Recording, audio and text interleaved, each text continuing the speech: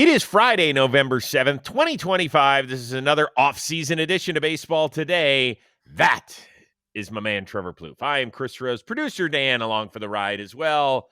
Getting you ready for another fun sporting weekend with my mustached man. The look is fresh. Did you cut your hair or not? I'm a little confused.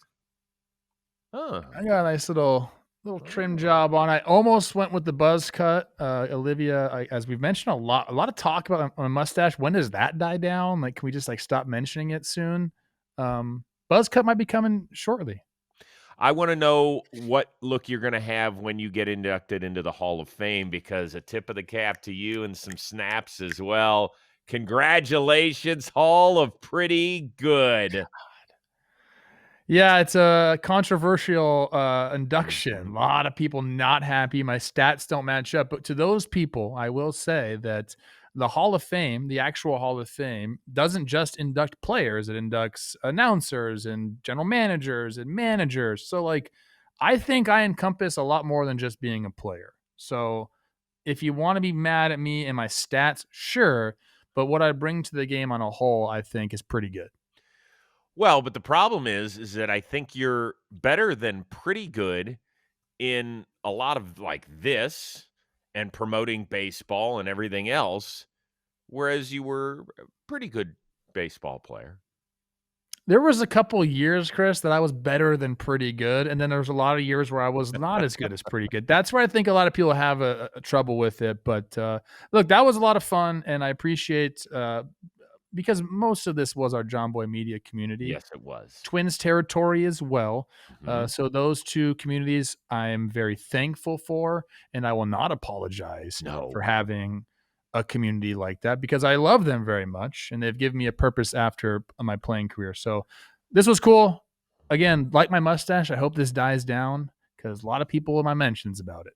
Can we do we know where the Hall of Pretty Good is located? Like, if I wanted to take my family and have swing by there for a quick summer visit, where is that? Yeah, it's Toledo. Yeah. You know what I always say about Toledo? Oh, I won't say it. Not going to say it. Will not say it. Let's get on to this. Start with it. The two Kyles, Schwarber and Tucker, they headline the list of 13 players who have received the qualifying offer from their old teams. You all know how it works. If they accept the one-year deal, it's going to be worth a shade more than $22 million for the upcoming season. Now, keep in mind, since 2012, only 14 out of 144 players have accepted the qualifying offer. Last season, Nick Martinez, of Cincinnati Reds, was the one to do it. Should any of the 13 take it this year?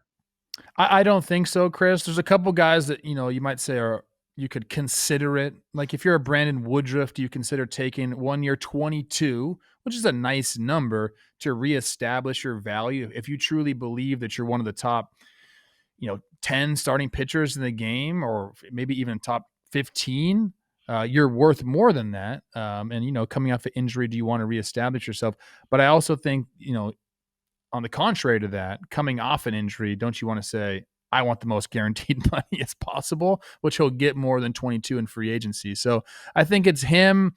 And I also think it is a Trent Grisham, but same thing. I think he's at the point now where he's like, I just want the most guaranteed money. When you get that far in your baseball career, which you have to be at least 6 years in to even get the qualifying offer, you're like, man, I need to cash in as best I can. So I don't think anybody will. Another guy that could look to it, Shota Imanaga, he turned down what I believe was 15 or 16 there.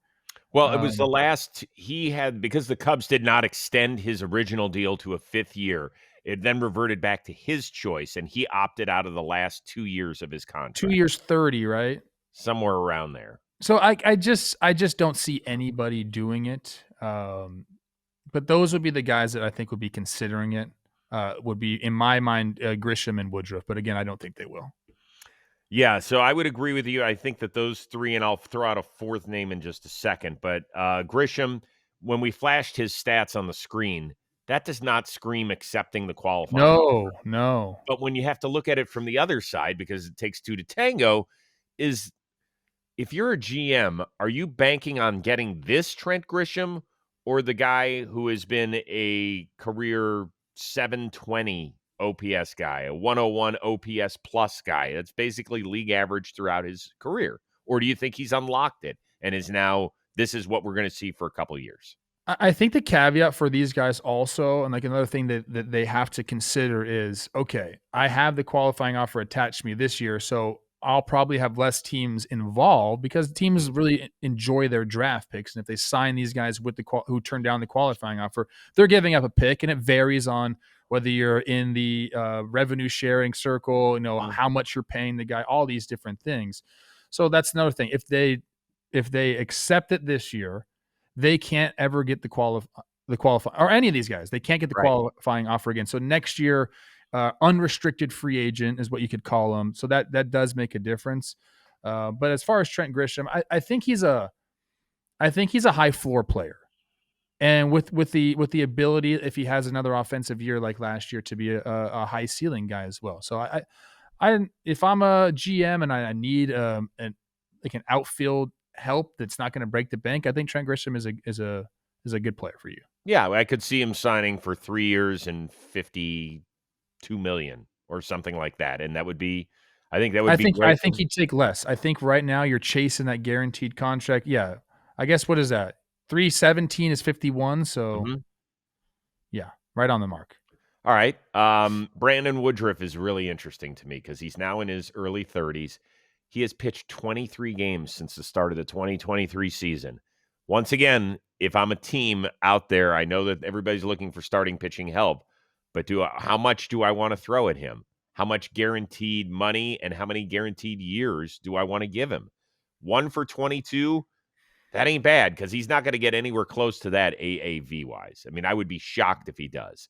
So would somebody be willing to give him 3 years and $42 million? I mean, for a guy who's been this broken lately, yes. He wasn't even on the playoff roster. Yes. Healthy offseason. What'd you say? 3 years, healthy 42? Hold on. What does a healthy offseason mean? Trevor, he wasn't healthy enough to pitch in the playoffs. Because you have an entire offseason to build up everything so you can look forward to being healthy next year.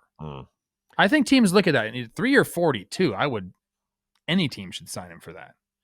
That is. What about 2 and 35? I guess that's the question. Again, $17 million a year for a starting pitcher that has a ceiling like he has is cheap, Chris. We've seen time and time again guys with much bigger question marks signing for a 1 year, $17 million deal. So I wouldn't bat at that at all.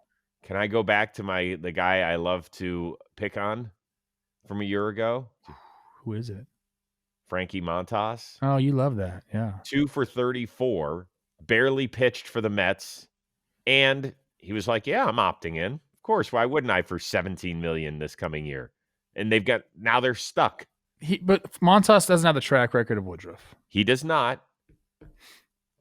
But Woodruff's track record is like, dare I say it, near elite. I hear you, except when you factor in that he hasn't pitched in the last 3 years. That's a problem. I am rooting for the guy. I want to see him do well. I hope that he says no, but I think it's something that he's got to strongly consider. Imanaga, I saw something floating around on social media, and I apologize for not writing down the name that put this out there. If somebody saw it, put it in the comments because they deserve credit. Take the 22 mil, go back to Japan while I sort out the work issues, come back if you want to at some point. I thought that was kind of funny. Could be interesting. The last one is Zach Gallen. And his year compared to the rest of his career recently was horrible. Do you know what his ERA plus was? This year? Yeah. God, I have his page up, but I'm not on ERA plus. I don't, Chris. 105. 89. Oh. 89. He was not good. Now, here's the great thing. He pitches every 5 days.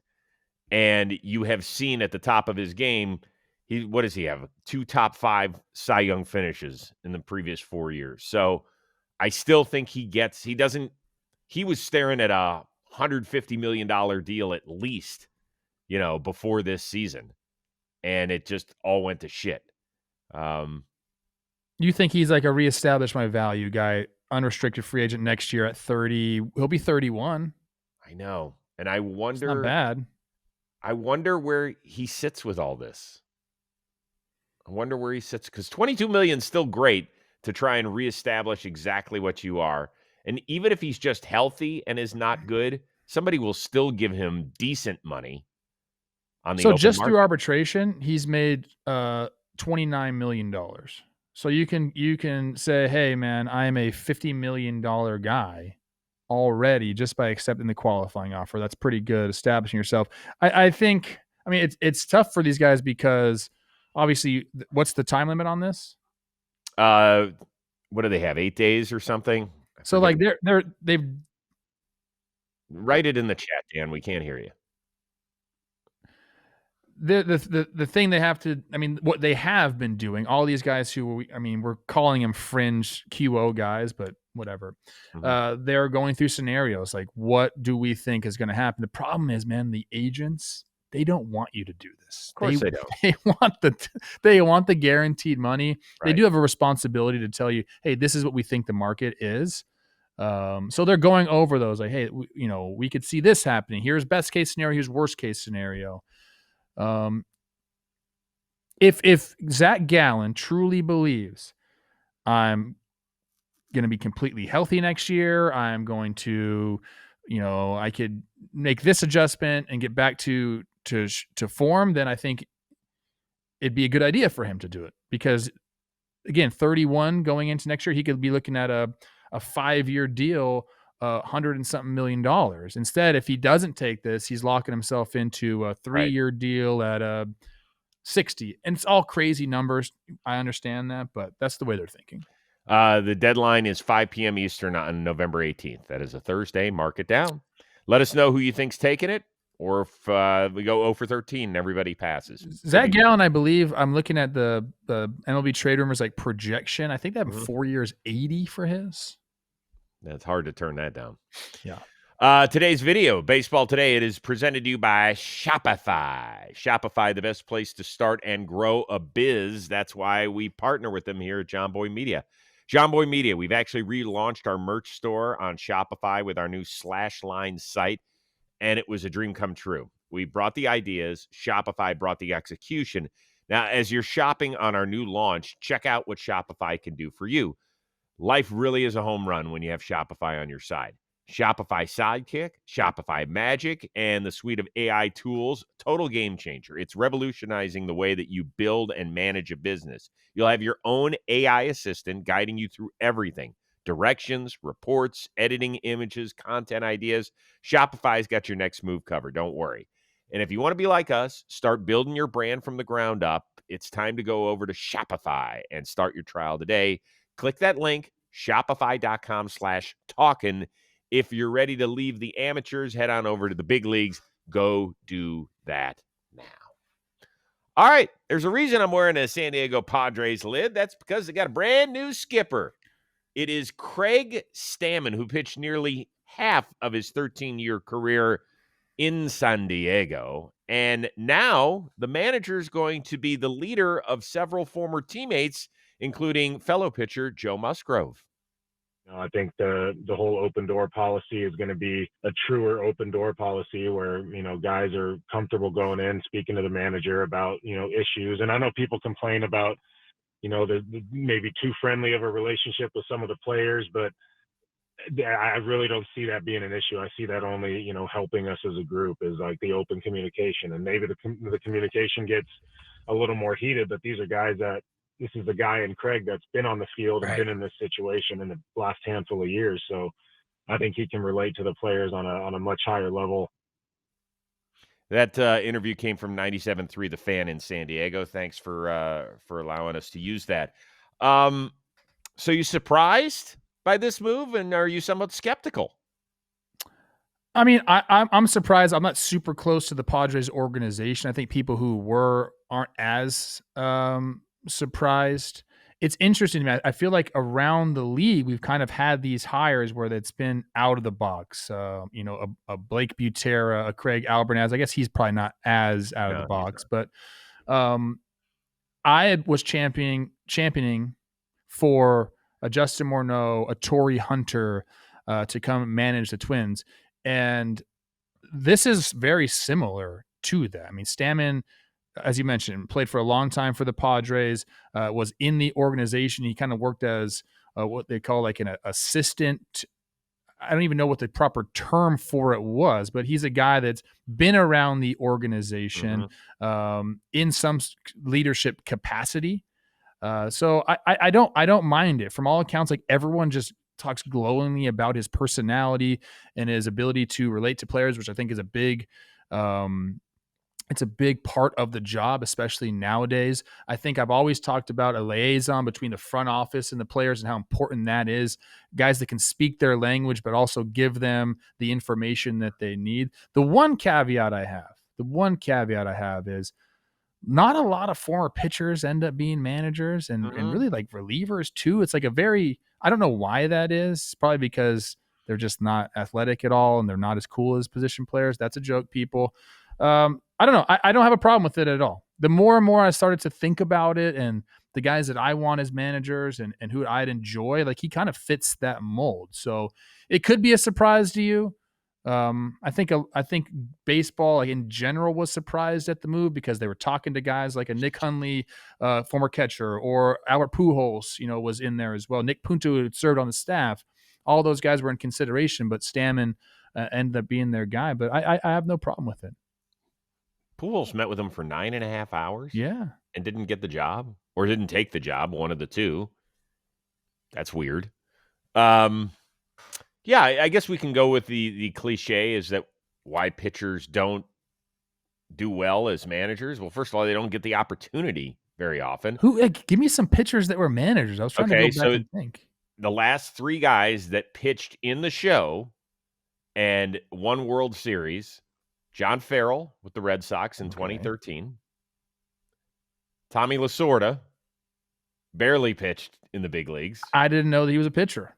Okay. Barely pitched in the big. I think he pitched 4 games, maybe. Okay. Bob Lemon, who was the manager of the Yankees in 1978. He was the third of 3 managers that year. By the way, I think Dick Hauser managed 1 game, maybe. It doesn't happen very often. Roger Craig is another famous one. Good pitcher in the big leagues. Took the Giants to the World Series in 1989, where obviously they got swept by the A's. But it doesn't happen very often. There aren't a lot of former big league pitchers that end up being managers. It doesn't happen. Now, in today's day and age, you would think that he and Ruben Niebla, who is sticking around as their pitching coach, that they should be able to manage a bullpen really well. Just depends who's going to be down there.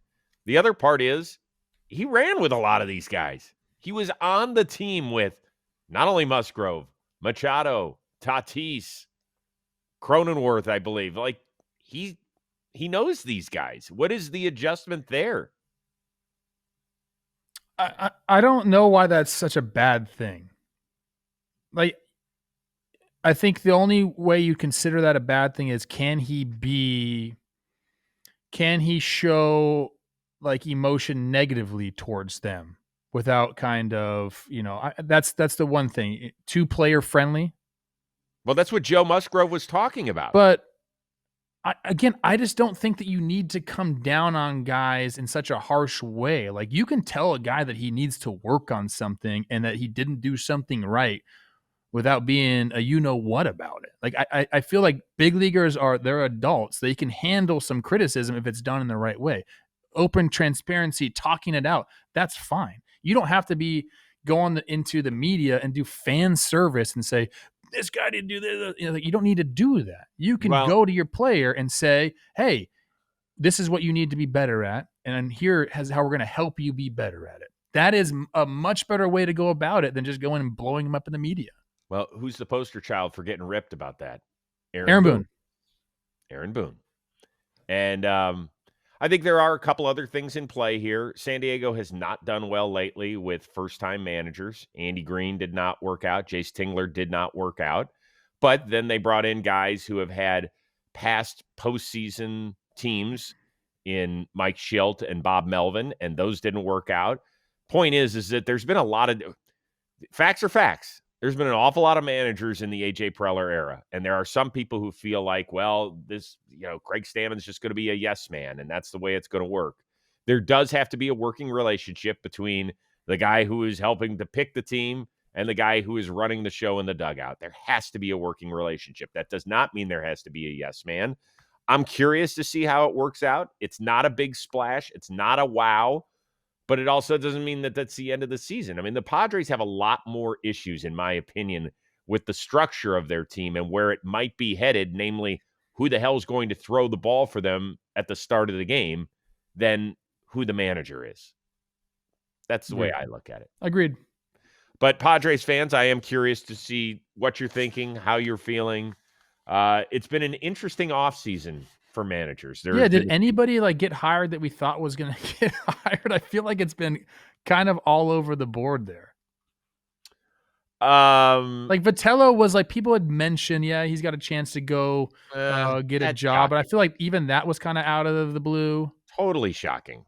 To me, that's totally shocking. But people had talked about that. I'm excited about it, but to me, it came out of nowhere. Albert has worked in some good organizations, so I like that. Maybe that wasn't out of the blue. Blake Butera, I think he said he was pretty shocked about it. That's shocking.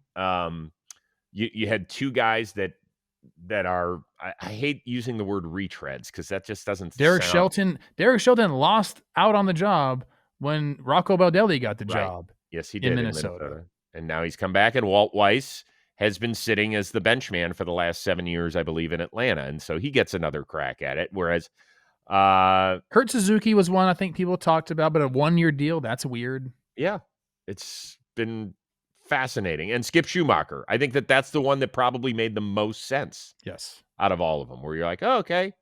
So now there's still one more that we will get to, I think, in just a bit.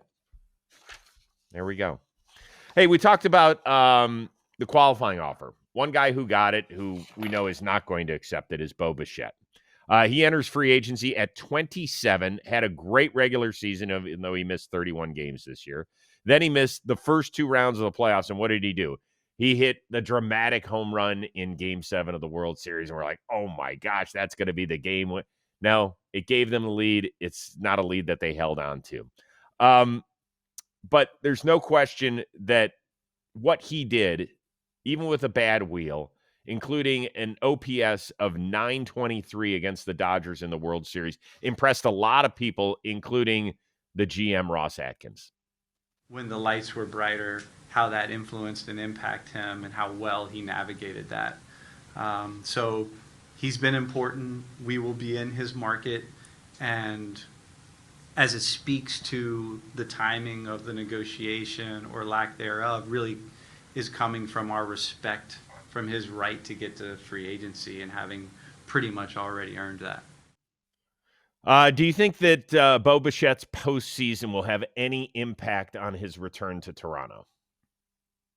I think it already cemented what's going to happen. I think he's coming back to Toronto. And, I think they already knew what kind of guy they were getting. They love Bo Bichette there. They wanted to keep him in the organization, but to be able to come back after that type of layoff and have the impact that he had, and look, I know there were some negative things about it, but none of them that are his fault. Like, he couldn't run. It did impact the World Series, but look at what's going on right here, man. That was such a huge homer, and he had hits all throughout that series. So, it only elevated the importance of bringing him back. And because I think he showed that he's just a pure hitter. We just talked about, I don't know, half an hour ago. He's not going to be the shortstop there anymore, which is fine because I think he's showed that he can move around as well. But he's going to be there for his bat and his legacy. So if anything, it just cemented it to me. I don't think he's going anywhere, Chris. Do you think, though, that when they were winning without him the first 2 rounds, that there was a little bit where people went, maybe we can win without him? That'd be natural. I guess. I still think that it's really on the field. Baseball means the most. It's 90% of everything. You got to be able to perform on the field. But there is something about marketing and having him and Vlad together. means so much to that organization, just for the fans in general. Like you have to think about that side of your business as well. So I think it's a no-brainer for them to bring him back. And even when he was injured, has enough of a track record there and enough of, like, I guess you call it sweat equity with the organization, that he was coming back. Yeah, I do feel like he's coming back. I think there are some teams that are going to make a big play for him. If the only reason he wouldn't come back is if they make a freaking big play, like a Kyle Tucker, or if they go all out, then they'd have to truly, truly consider, if they will do both. Oh, you're saying so if Toronto goes and gets Kyle Tucker? Yes. Like if they make a huge splash like that, which there's not many bigger splashes they can make, right? It's right. Like if they go get a Kyle Tucker, then I think they'd have to think about it. Yeah, I mean, if you give Bichette, let's just put a number on it, 8 for 200. Let's just throw that out there. Yeah, even if he's a second baseman, who cares? He's going to put up monster numbers. And 2024 was a disappointing year in terms of injury. As I mentioned, he still missed 30-plus games this year and finished second in the league in hits. That's impressive. His OPS is over 800 for his career. In 3 of the last 4 years, the fewest number of hits he's had in a season. The fewest is 175. He's a hit machine, man. That dude can hit it. He can play. But he is going to be a wanted man. I mean, I wouldn't be shocked if a team like Detroit goes hard after him. And the one thing they were really missing was the ability to have somebody get a clutch hit. Like who's their best offensive player? Riley Green. And he's miserable against left-handed pitching. He did hit a big homer against the lefty in the playoffs, but still, you understand my point. So we'll see how high that number gets and whether or not in a game of chicken, maybe Toronto taps out. Although I don't think so. You can write in the comments, do you think Bichette's going anywhere else? And also give us his deal. I'd love to know what you think his deal is. Speaking of which, we just recorded the free agent draft show for Talkin' Baseball, which is going to be out next week, early next week. Are you our 2-time defending champion? Not in that one, I believe, but back-to-back trade and draft. Oh, wow. But I messed. You guys got me on the rules this year. I won't spoil anything. Oh. I kind of always forget about certain aspects of the draft. Got it. Well, it's on me. It's just a question of paying attention. That's all. Yeah. Question for you. Are you ready to level up your collection or get started trading cards? Arena Club's original slab packs brings the thrill of ripping packs combined with the power to buy, sell, and trade all in one place. Arena Club makes it easy to chase grails, flip slabs, keep your collection growing with the cards that you love. With slab packs, you can rip a wide range of packs starting at $25 and up. Every pack has grails that are at least 20 times the price of the pack. Now, once you open your pack, you get the excitement of seeing what you pulled instantly. Each slab added to your showroom immediately, available for listing in auction, trading, or simply showcasing. And with every slab pack, Arena Club will make you an instant offer for your card based on its market value. That's right. There's no guessing. There's no waiting. You'll get an instant offer for the estimated fair market value. You can accept it on the spot. It's simple. It's fast. It's risk-free. And right now, you can get 20% off your first slab pack or card purchase by going to arenaclub.com/baseball today. Use that code baseball today. Go slab it up. All right. Bunch of interesting option news out there. Max Muncy, he's back with the Dodgers for $10 million. Shane Bieber picked up his option to stay in Toronto for another $16 million. Pete Fairbanks out in Tampa, which turned down its $11 million option. Jorge Polanco, your buddy, he is a free agent after turning down his $8 million option with Seattle.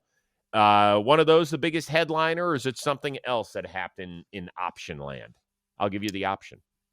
I think it's Bieber. I've talked about it quite a bit now. I still am waiting for the announcement that he has a multi-year deal with the Blue Jays. I really don't know why he would sign back there. And I think you brought up the fact like he gave up the homer and wants to make good to the city of Toronto. Was that you? I did not bring that up. No Somebody. way. It must have been Jake then. You don't owe them that. Like, dude, you've been working your entire life and you came back and impressed me. I thought that trade was loony for the Blue Jays to do. But they were right about him. He pitched great in the playoffs as well. Look, I understand he gave up that homer, but like that wasn't a, whatever. I don't know why he signed or like picked up that option, opted in. I do have no idea. The only explanation is they've already hammered out, the skeleton of a long-term deal and are just working out the details of it. I'm very, very curious because if that doesn't happen, I will say this, that's one of the craziest quote unquote hometown discounts that you're going to get. That helps the Blue Jays out immensely if that's all they're paying him next year and only on a 1-year deal. Well, look at the top 3. Gossman, Yasavage, Bieber. Whew, that's that great. Is really and good. Again, it's great. 1 year, 14? Well, 16, I think. 16? Sorry. Yeah, it's to me, it's mind-numbing. I don't understand it at all. I do want to clarify something because I think I quote tweeted our post on Talking Baseball that had happened, and I said, this is shocking and great news for Blue Jays fans. And the response I got from a lot of Blue Jays fans was, he loves it here. Folks, I'm going to let you in on a little secret. He might have loved it there. He could totally love it there, and I'm not questioning that. In no world should he ever have accepted a 1-year, $16 million deal just because he loves it there. If he loves it there, then go sign a 5-year, $90 million deal or 5-year, whatever it is. If that's what you love, go do that.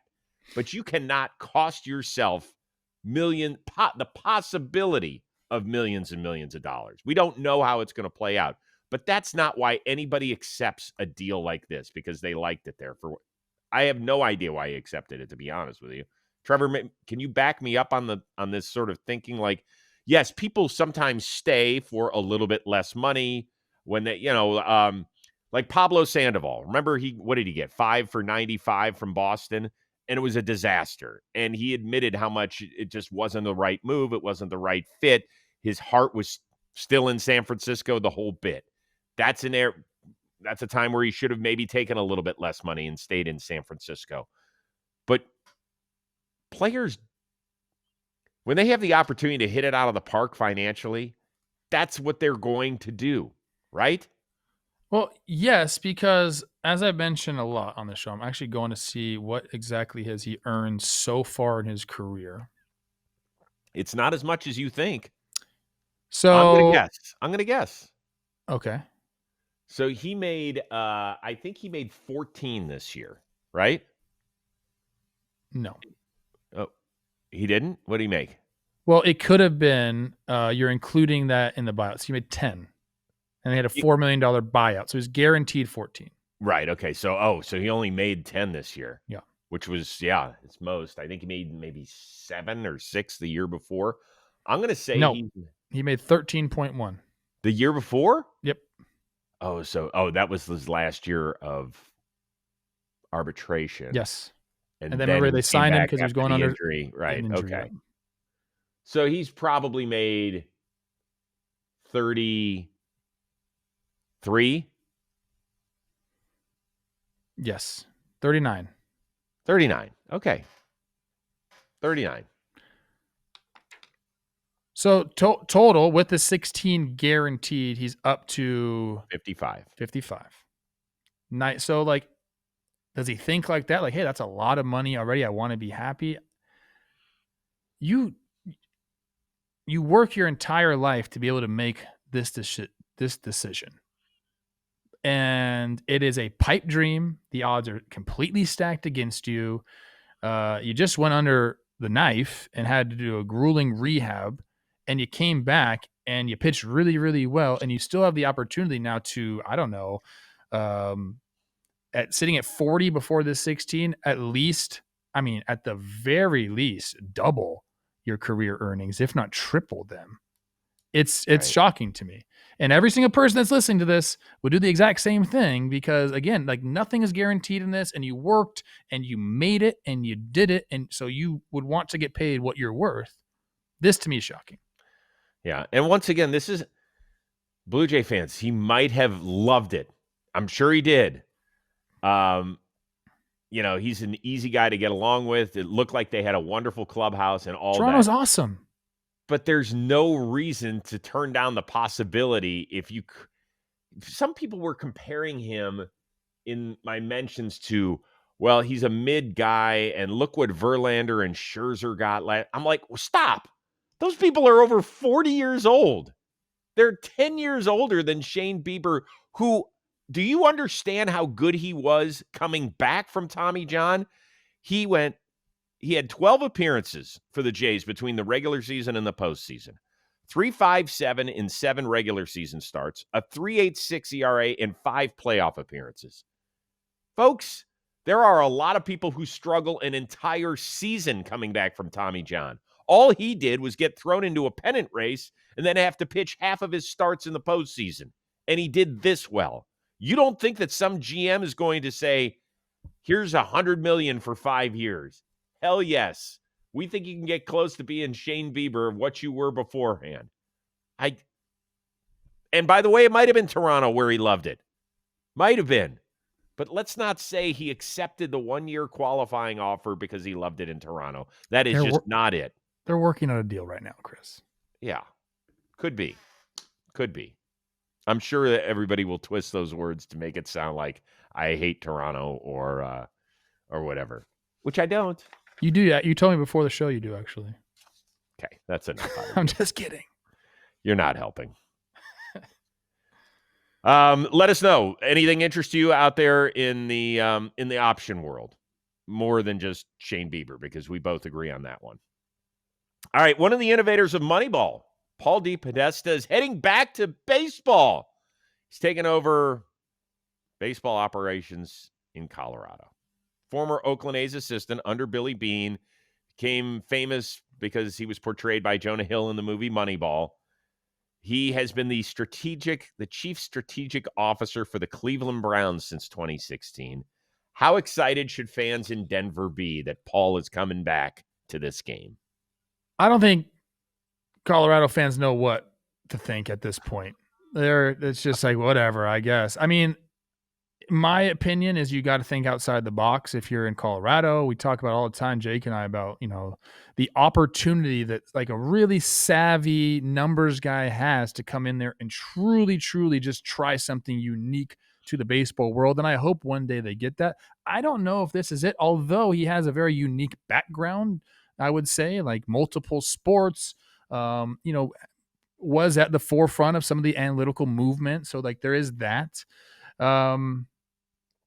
I don't know if this is it. I don't know if this is the guy they need to really dive deep and do something completely outside of the box, off the wall, to find a way to have success and continued success in Colorado. I don't know if that is. I think you have a much better grasp on who this guy is because, number one, he was with your Cleveland Browns. And number two, you are a little bit older, probably remember more of his younger days than I do. I'm fascinated by it, but I think if you're a Rockies fan, you're just like, all right, whatever. Well, I do think it's actually a good move for the Rockies. I think who he brings in next to be reporting to him is critical.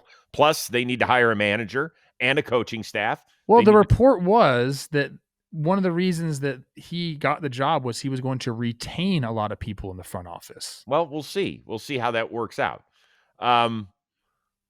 I have known Paul DePodesta for 30 years because he started out when he got out of Harvard.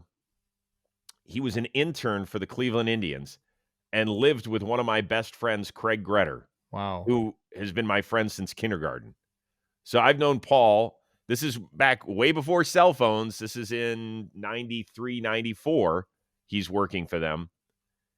And there are no cell phones, so we had to call the house phone if I wanted to talk to Craig. And Paul would pick up the phone, and I'd be like, Paul, what's going on? He'd be like, Chris, I can't tell you anything. I said, are we trading Sean Casey or not? He's like, Chris, I can't tell you anything. So this is where this dates back to. And now, I work for the Browns. I do their preseason games, so I see him during the preseason, and we chat and we catch up and the whole bit. He is a very, very smart man. I cannot tell you what he has done for the Browns over the last decade. I don't know what chief strategic officer is. I know that he had the ear of Jimmy and Dee Haslam, the owners. They listened to him on a lot of things. I don't know what role he played in one of the worst trades in NFL history in the Deshaun Watson deal. So that would scare me if I were a Colorado fan. I think there are a lot of Browns fans that were hoping to send DePodesta and Watson to Colorado. I don't think it's a package deal. But I think that listen, he was a young GM when he took over the Dodgers in 2004, and he was there for 20 months. It did not work out. He worked for the McCourts, and that was a disaster.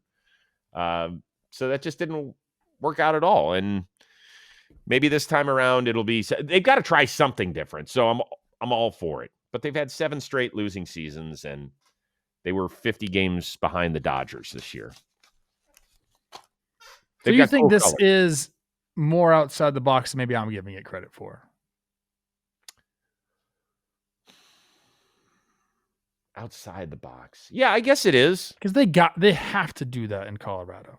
They have to. They have to try something different. They have tried everything on the pitching front, right? They tried drafting guys. They've tried signing guys to big-time free agent deals. They've tried drafting. They've tried trading for certain guys. None of it has worked. I felt like at their last winning season, remember when they had to play the Dodgers in game 163?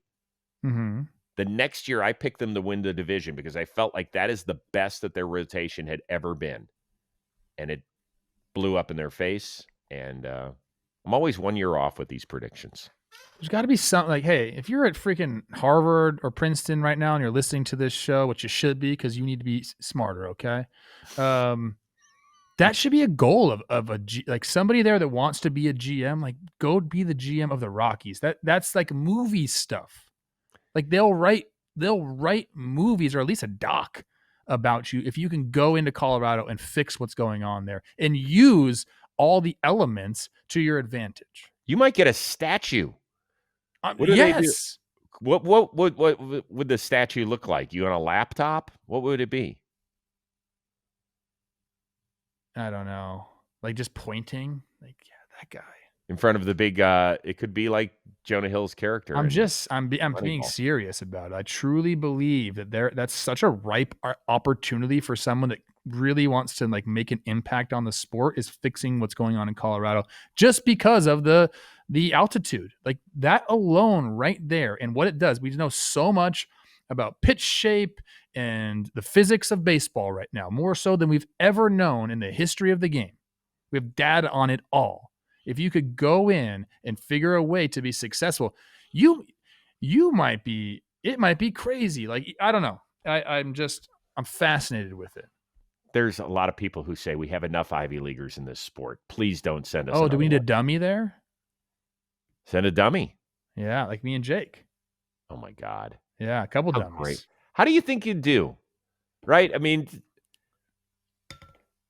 do as what, a GM? Do you think that we could run a baseball team? Yeah. You do? Yeah, because I think it's who you surround yourself with more than anything in these positions. Like more than any. Leadership means nothing. It's just about hiring the right people. Okay, leadership's the easiest thing you could do. The only negative part of leadership is that you got to face the media and like you get a lot of the blame towards you, but like you're not doing the brunt of the work. All right, so it's you, me, and Jake. We have president of baseball ops, GM, and manager. Who's doing what role? Jake's the manager. You're the president of baseball ops and I'm the GM. Yeah, Jake's not. Why is Jake in the dugout? You don't want that job? No. He'd be great with the media twice a day, wouldn't he? Yeah, that's what I mean. Like, let him do that. And me and you will feed him his team and tell him what to do because we need to do that. Okay. Dan Rourke's pitching coach. He's our no, Dan Rourke's not our pitching coach. He is the replay guy in the back. Oh no, I like him on the field as like the third or first base coach. We need a show pony out there. Show pony. Yeah. Interesting selection. He'd send everybody. That's our team policy. No stop signs. Jimmy is video replay guy. Yeah. Totally. Dalton Feely? Oh my gosh. Put him on the bench. Bench coach Dalton? No, Feely's got to be in our research department. No. Bench coach. Live time research. So Jolly's what? Team Barber? What is Jolly? Team masseuse. he? Let me see those hands, Jolly. Oh, boy. All right. We're back at it again next week. We cannot wait. There's one other bit of news. Shout out to our friends at Nike, right? Baseball's all buttoned up, but it's not too late to rep your team and celebrate another season down. So go check out our affiliate link in the description below. Shop your amazing Nike gear. Can't wait to show you what I got coming here in the near future. Oh, look at you. I can't find it. Let's It's go. on Where there is somewhere. it? Where is it? Where is it? I don't know. It's in the middle. There it is. Yeah, there it is. It's The other way. pull the other end up. It's behind your microphone now. The swoosh is somewhere there. Nice. Thanks for tuning in. Hard. If you haven't checked out the Miguel Rojas special World Series edition of Dugout Discussions, do yourselves a favor. There is a ton of good stuff in there. He was talking about he thought he was getting DFA'd in the middle of the season, and Kike Hernandez kind of saved his year. A lot of interesting stuff that we had with Miggy Rowe. So go check it out. It's fast. You can do it while you're working out. For our one-of-a-kind producer, Dan Rourke, that is the uber-talented Trevor Plouffe. I am Chris Rose. We will see you early next week, most likely Monday, here on Baseball Today.